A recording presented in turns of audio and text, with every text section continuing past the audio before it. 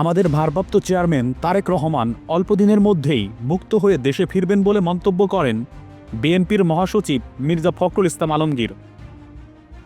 দেশনেত্রী বেগম খালেদা জিয়ার প্রতিহিংসামূলক মিথ্যা মামলার উপর লিখিত রাজবন্দির জবানবন্দি শীর্ষক বইয়ের মোড়ক উন্মোচন অনুষ্ঠানে প্রধান অতিথির বক্তব্যে তিনি কথা বলেন।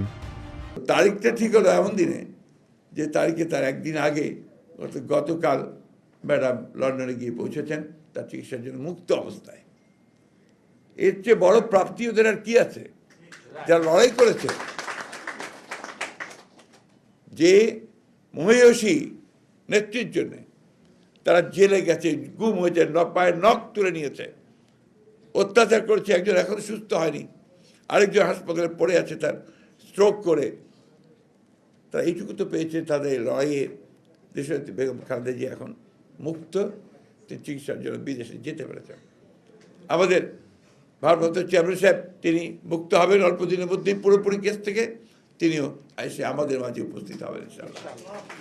আমাদের যে ত্যাগ, আমাদের জনগণের, আমাদের ছাত্রদের, আমাদের যুবকদের, আমাদের স্বেচ্ছাসেবকদের, আমাদের মহিলাদের, এটা কোনো মতেই বৃথা যাবে না, বৃথা যায়নি। আমরা তো অন্তত ফ্যাসিবাদকে সরাতে পেরেছি, তাড়াতে পেরেছি, তাই না?